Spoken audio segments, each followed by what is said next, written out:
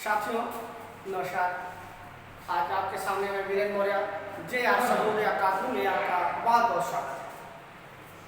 साथियों पिछले वीडियो में हमने देखा था कि कुछ बच्चे संधि में उनको परेशानियां आती थी। उसी परेशानियों को दूर करने के लिए आपको सर्वप्रथम एक बहुत छोटा सा वीडियो लाकर आपके सामने ला रहा हूँ। एक संधि को पढ़ने के लिए आपको सर्वप्रथम ये पढ़ना जरूरी होगा वर्णों का जो वर्ण विन्यास होते हैं या वर्ण का संयोजन। ये जब तक आप वर्ण का संयोजन और वियोजन नहीं जानेंगे तब तक आपको संधि को पढ़ने में थोड़ी सी समस्याएं आएंगी। तो उसी समस्या को दूर करने के लिए आपके पास एक बहुत छोटा सा टॉपिक है वर्ण का विन्यास या वर्ण का वियोजन और संयोजन।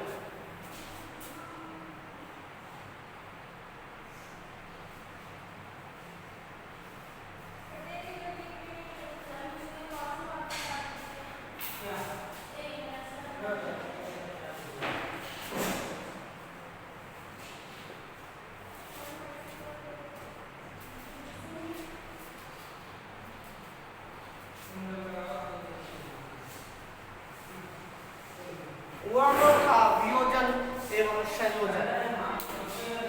किस प्रकार से वर्ण के द्वारा शब्दों का निर्माण होता है इसी को हम जानेंगे वर्णों का वियोजन और संयोजन। और जब हम वर्णों का तोड़ना और जोड़ना समझ जाएंगे तो संधि हमारे लिए बिल्कुल आसान हो जाएगी। हमें संधि में किसी भी संधि में कोई भी हमें परेशानी कोई भी त्रुटियां नहीं होगी। अन्यथा जब तक हम इस वर्णों का तोड़ना और मरोड़ना नहीं जानेंगे तब तक हमारे पास समस्याएं आती रहेंगी। इसी को जानने के लिए हमें बहुत छोटा सा वर्ण का वियोजन एवं संयोजन। अब हम जैसा कि जानते हैं कि वर्ण के कितने रूप होते हैं। हमने पढ़ा है कि वर्ण के दो रूप होते हैं। एक हमारा होता है स्वर और दूसरा होता है व्यंजन।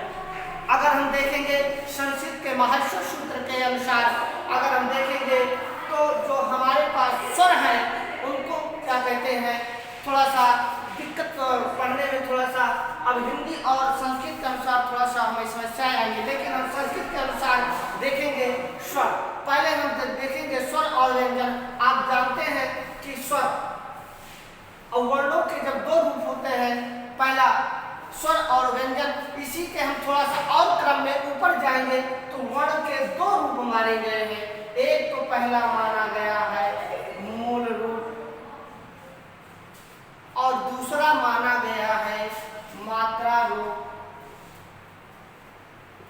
जिसको हम लोग बचपन में बहुत पढ़ते हुए चले आ रहे हैं, है ना। अ आ इ उ ऐसे पढ़ते हुए चले आ रहे हैं। अब उसी को हम आपको इस क्रम में बताते हैं कि इसका वास्तव में वास्तविक रूप होता क्या है। ये जो वर्ण है, वर्ण को हमने पढ़ा कि वर्ण के दो भेद होते हैं, एक होते हैं स्वर और दूसरे होते हैं व्यंजन। नहीं, वर्ण के पहले दो रूप होते हैं, एक होता है मूल रूप और दूसरा होता है मात्रा रूप। अब इन्हीं को जो मूल रूप होते हैं इनको आप हमेशा क्या कहा जाता है, व्यंजन कहा जाता है। और जो मात्रा रूप होते हैं उनको स्वर कहा जाता है। अब यही बात आ गई, वर्ण के दो भेद होते हैं, पहला स्वर और व्यंजन या व्यंजन या स्वर। लेकिन सर्वप्रथम इसको हम पहले देखेंगे कि वर्णों का जो रूप होता है, जो वास्तविक रूप होता है, वो होते क्या है। पहला होता है मूल रूप और दूसरा मात्रा। अगर इस मूल रूप को हम देखेंगे तो आप जानते हैं कि अभी वह मूल रूप पूछेंगे तो परेशानी हो जाएगी और व्यंजन पूछेंगे तो लड़के तुरंत बता देंगे। अगर हमने पूछा कि वर्णों का मूल रूप क्या होता है तो आप कह सकते हैं का, खा, ये क्या है हमारे व्यंजन है। अगर इसी में हमने स्वर पूछा तो आप बता सकते हो ये स्वर है हमारे आ ई उ री री।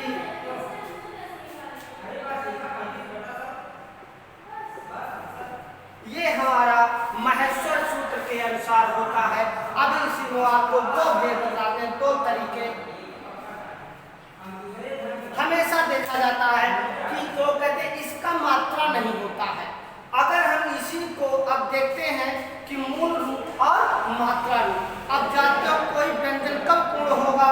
जब माना हो जाएगा व्यंजन, जब उसमें स्वर की प्राप्ति हो जाएगी, स्वर का संयोजन हो जाएगा, स्वर का समावेश हो जाएगा, तब उसमें क्या होंगे? तब आपका व्यंजन पूर्ण हो जाएगा, अन्यथा आपका व्यंजन आधा ही रहेगा। अब देखिए, अब यहाँ पर पहले मैं स्वर और व्यंजन की, जैसे ये हमारा का है, अगर हमको का कहना है, का कहना है, तो इसमें हमको क्या मिलाना होगा? स्वर मिलाना होगा। अब ये हमारा मूल रूप हुआ और ये क्या हुआ? मात्रा रूप हुआ। अगर इन दोनों को मेल को हम कर देंगे तब हमारा जा करके किसका निर्माण हुआ? का निर्माण हुआ। ये शुद्ध व्यंजन आपको प्राप्त हो गया और ये क्या है? अशुद्ध व्यंजन है।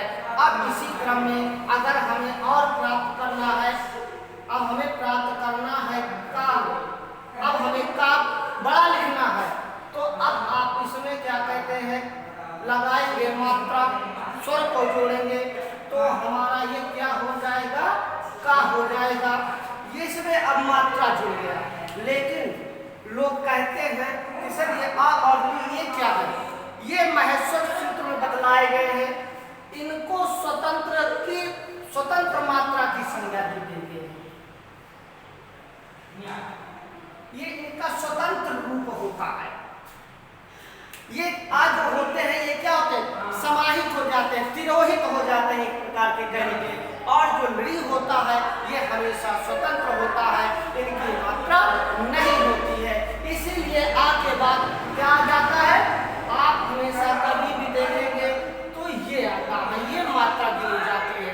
उसके बाद ई की मात्रा शुरू होती है, उसके बाद बड़ी ई की मात्रा शुरू होती है, उसके बाद ऊ की मात्रा शुरू होती है ना? तो ये प्रकार के आगे बढ़ता हुआ ये क्रम चला जाता है।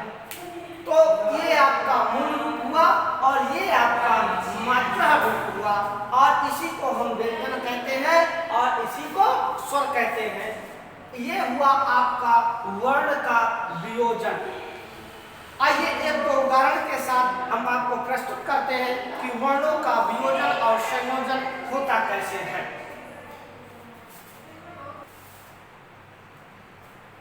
आइए एक दो उदाहरण के साथ आपके सामने प्रस्तुत करता हूं। जैसे आप कभी मनोविज्ञान पढ़े हैं, सरल से कठिन या कठिन से सरल की ओर, तो थोड़ा सा मैं आपको कठिन से सरल की ओर ले जाने का प्रयास कर रहा हूं। आइए देखते हैं, आप लोग थोड़ा सा देखने का प्रयास करिए।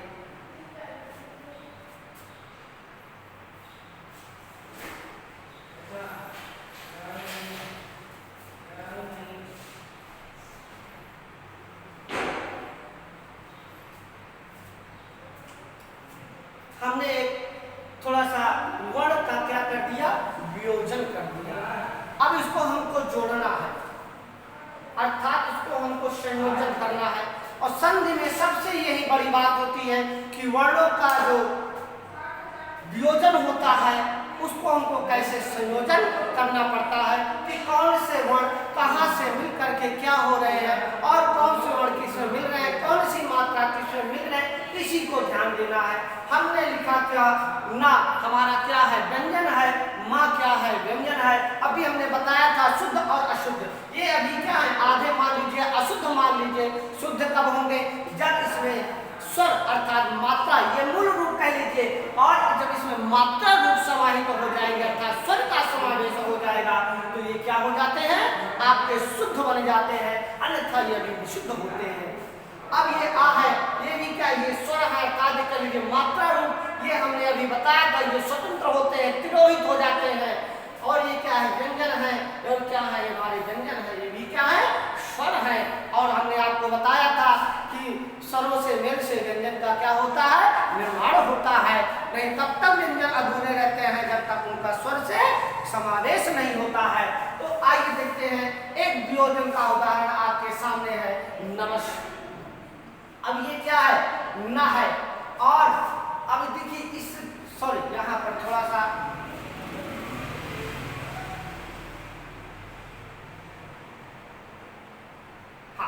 अब इस ना में क्या करने के लिए इसमें क्या मिला दिया, आ मिला दिया, और ये क्या हो गया, इसी में आके समावेश हो गया, खत्म, इसका अस्तित्व खत्म हो गया, इसका मतलब कुछ नहीं। इसीलिए वहां पर यह स्वतंत्र रूप से हमने पहले ही बता दिया था, और लिए पूरे स्वतंत्र रूप से हैं। अब देखिए फिर उसके बाद हमारा क्या है, माँ है, और इसमें क्या है, ये भी आकर के समावेश हो गया, इसका अस्तित्व खत्म।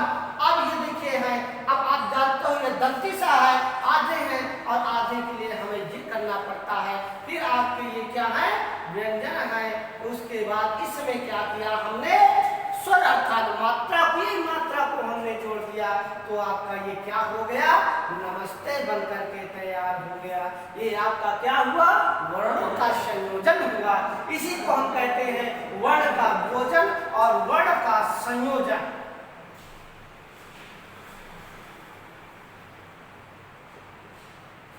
संयोजन। आइए दूसरा उदाहरण लेते हैं।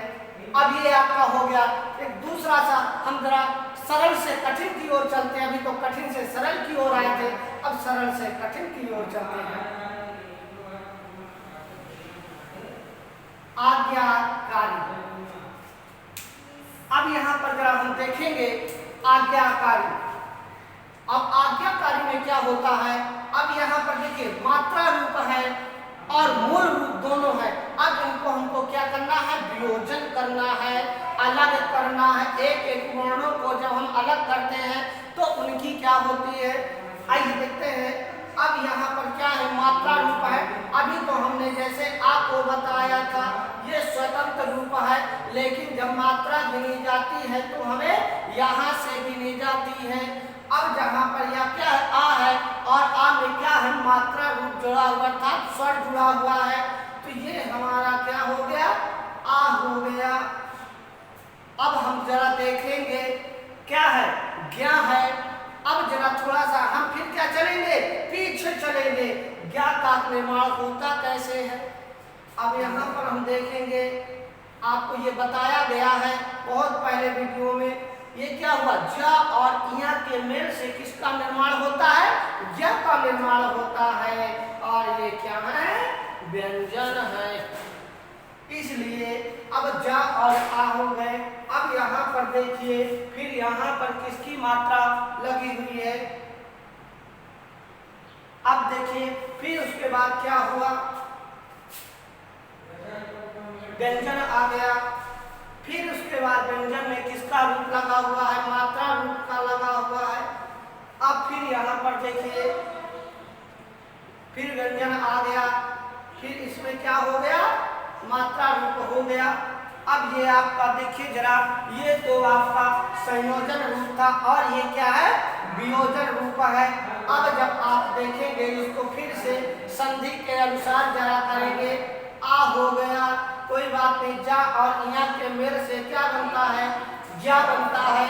फिर उसके बाद ज्या में आ हम जोड़ेंगे तो क्या हो गया, आज्ञा हो गया।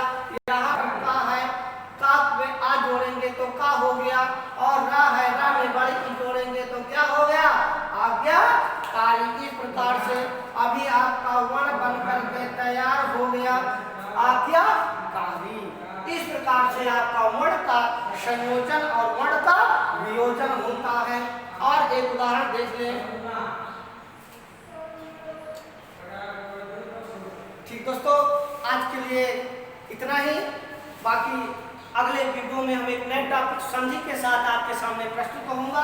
अगर आपको ये वीडियो पसंद आए तो लाइक और सब्सक्राइब जरूर करें।